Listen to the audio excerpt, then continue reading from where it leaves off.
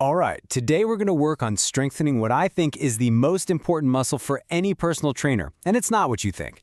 It's your professional foundation. We're diving deep into Chapter 25 of the NSCA's textbook, covering all the essential legal and ethical stuff you absolutely need to know to crush your CPT exam and, more importantly, build a career that's basically bulletproof. Let's get into it. So let me ask you, is your personal training career really built to last? You know, we obsess over biomechanics and program design, but the real strength, the thing that makes your business last for the long haul, it's built on the ideas we're talking about today. This is way more than just trying to avoid a lawsuit. This is about what it means to be a true professional. And look, let's be real about why this is so critical. The NSCA text says it perfectly. We live in a society where people are quick to sue. You can't just stick your head in the sand and hope for the best. Understanding the legal landscape isn't about being scared, it's about being prepared. It's a core skill, and you can bet you're going to see it on your exam. To make this all a bit more concrete, the textbook gives us this perfect little cautionary tale, the fake court case of Grumble versus Trainer. Now, you don't have to squint to read all that. Let me give you the rundown. Basically, a trainer gave a really quick, sloppy demo of a lunge. The client got hurt, and boom, the trainer was found liable. It's a simple story that shows you exactly what's on the line. So here's our game plan for today. We're going to start with the reality of risk. Then we'll get into the basics of tort law, break down what negligence really is, define your scope of practice, give you some real strategies for risk management, and then we'll finish strong with the final rep, ethics. All right, first things first, we have to face the reality of risk. As a trainer, keeping your clients safe is your job, and that starts with understanding your own legal status. Okay, this slide right here, this is a huge one for the exam. You have to know the difference between being an employee and an independent contractor. See, if you're an employee, the gym is usually on the hook for your mistakes. It's called being vicariously liable. But if you're an independent contractor, guess what? That safety net is gone. The liability is all on you, which is why having your own professional liability insurance is not a suggestion, it's an absolute must. Okay, let's switch gears and talk about the legal playing field itself. You don't need to be a lawyer, but you do need to know the basics of tort law to pass your exam and keep your career safe. So the big word you're going to hear a lot is tort.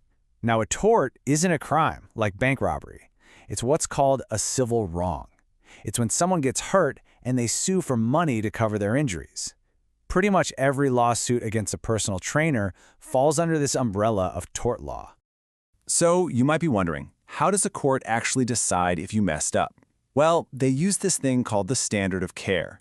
And this isn't just some vague idea. It's the professional bar that's set by big organizations like the NSCA. Getting your CPT certification is basically you promising to meet this standard. It's what any other reasonable and certified trainer would do in the same situation. And, you know, when you don't meet that standard of care, well, that has a name. And that name is negligence. This is, without a doubt, the single most important legal term you need to get. It's the #1 reason trainers get sued, and you have to know it inside and out for your test. But here's the thing about negligence. It's not just a simple accusation.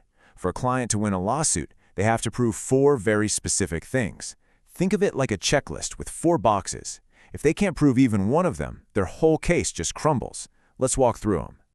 And here they are. First, there's duty. The second you agree to train someone, you have a professional duty to them. Simple. Second, there has to be a breach of duty. This means you failed to meet that standard of care we just talked about. Third is causation. Your mistake has to be the direct reason they got hurt. And last, there has to be damages. The client has to have a real injury that costs money, like doctor bills. All 4. They have to prove all 4. Okay, so knowing the rules of the road is one thing, but you also have to know how to stay in your own lane.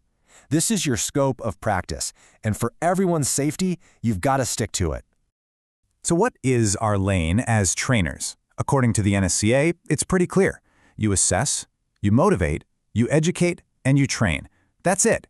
Your job is to create and lead safe and effective workout programs. You are not a doctor. You are not a physical therapist or a registered dietitian. Unless, of course, you actually have those licenses too.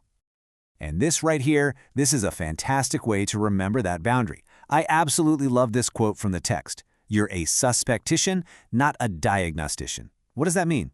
It means you might suspect a client has an issue, maybe high blood pressure or a shoulder problem, but you can never, ever diagnose it.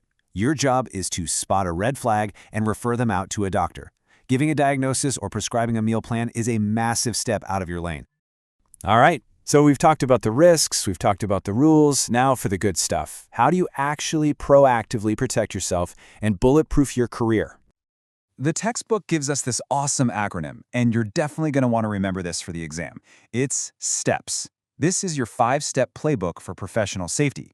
It stands for screening, testing, evaluation, programming, and supervision. If you follow these steps with every client, every time, you're building a really strong defense and showing that you're meeting that standard of care. You know, nobody loves paperwork, but this is your first line of legal defense, so it is absolutely critical. You need, at a bare minimum, a health history questionnaire, an informed consent form that explains the risks, an agreement to participate, and a waiver. These documents create a paper trail that proves your client knew what they were getting into and accepted the risks involved. Okay, but what happens when, despite all your best efforts, something does go wrong? Well, having an emergency response plan, or an ERP, that you've actually practiced is not optional. It's considered part of the standard of care. Knowing exactly what to do and who to call in a crisis is paramount. And if you need any more motivation for why that ERP is so critical, check this out. For every single minute that defibrillation is delayed when someone's in cardiac arrest, their chance of survival drops by 7 to 10%. A minute. That can be the difference between life and death, which is why CPR and AED certifications, these aren't just nice-to-haves on your resume, they are life-saving, non-negotiable skills, period. All right, for our final rep here, let's talk about something that goes beyond just the law. Following the rules is the bare minimum. Being a truly great trainer means you operate from a place of strong ethics. This slide, it really says it all, doesn't it? Morality should always come before legality. The relationship you have with a client is special. It's built on trust. That means you have a fundamental duty to always act in their best interest. A true professional doesn't just ask, "Can I legally do this?" They ask, "Is this the right thing to do for my client?" And if you ever need a guide, the NSCA Code of Ethics is basically your professional compass. The principles are really simple. Respect your clients, follow the law, hold yourself to a high standard, and always act in a way that makes our profession look good. That's your true north. So, as we finish up today, I want to leave you with a question, something to really think about. What's the weakest link in your professional foundation? Is it your paperwork? Is it your emergency plan? Maybe it's being a little fuzzy on your scope of practice. Be honest with yourself, because identifying and strengthening that weak link, that is the key to building a career that doesn't just survive, but thrive. Thanks for tuning in.